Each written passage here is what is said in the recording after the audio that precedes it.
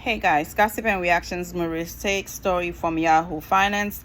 Again, all the credits goes to them, and I'm very thankful they are able to put all those great stories where I can go search and find something that is interested and bring it to you guys. It says you are the richest broke guy I have talked to in a while. Dave Ramsey caller wonders if he should sell his home to pay off $800,000 in debt. Why the host say he should sacrifice instead. I would not do that, guys. I would not sell my house to pay debt. Once you're done with the debt, then what? You don't have a place to stay? What is like this is crazy. Can a person be rich and broke at the same time? According to Dr. John Delaney of The Ramsey Show, the answer is an unequivocal yes. On a recent episode, Delaney dubbed a caller named Adam the richest broke guy he'd spoken to in a while. Let's see why he said that. First, let me give you some, let's see.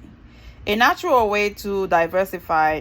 Janet Yellen now says Americans should expect a decline in the USD as the world's reserve currency. 3 ways you can prepare.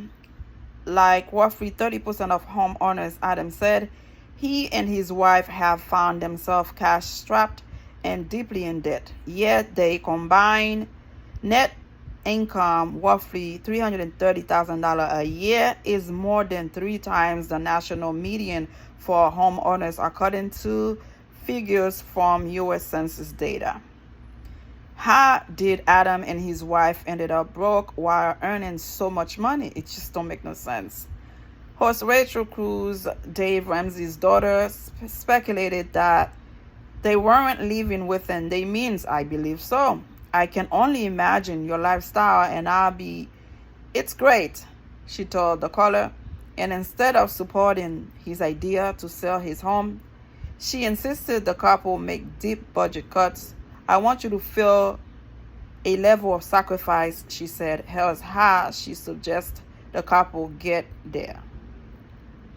How bad is their debt situation? During the call, Adam gave a brief overview of his household financial situation. Despite having a home with about $400,000 in equity, Adam said his family was roughly $800,000 in debt, a staggering figure that even if interest-free and paid off, a $4,000 a month would take them close to 17 years to erase. My goodness, guys.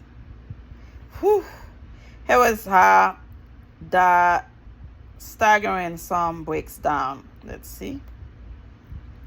$150,000 on 2 car loans, $280,000 in student loan, $385,000 mortgage balance. Jesus Christ. On top of the debt situation, the family only had $10,000 in savings at the time of the call. Considering their lifestyle and their regular loan payments, that sum is hardly likely to carry them through the recommended 3 to 6 months worth of expense.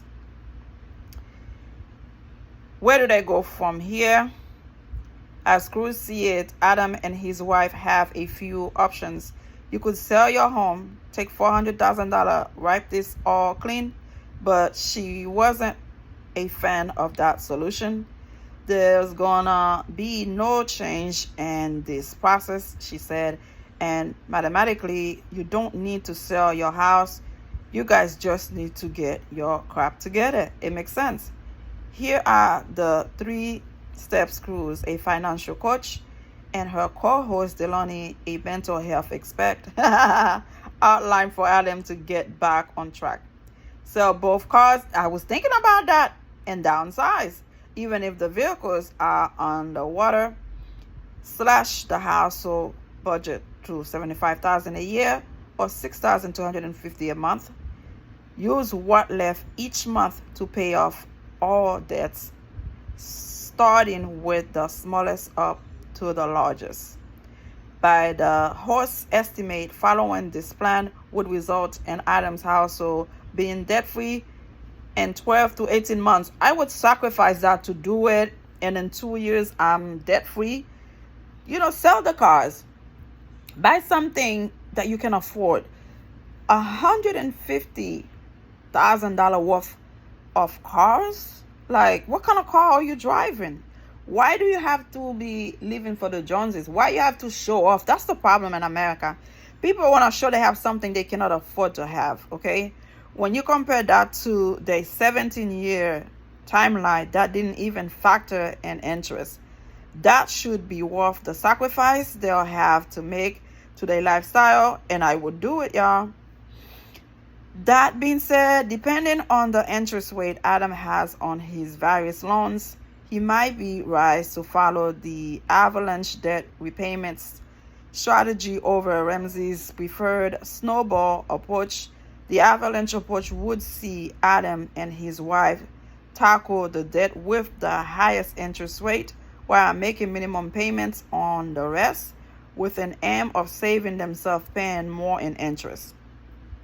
Another things to note, if Adam and his wife have federal student loans, they are likely paying relatively low interest rate.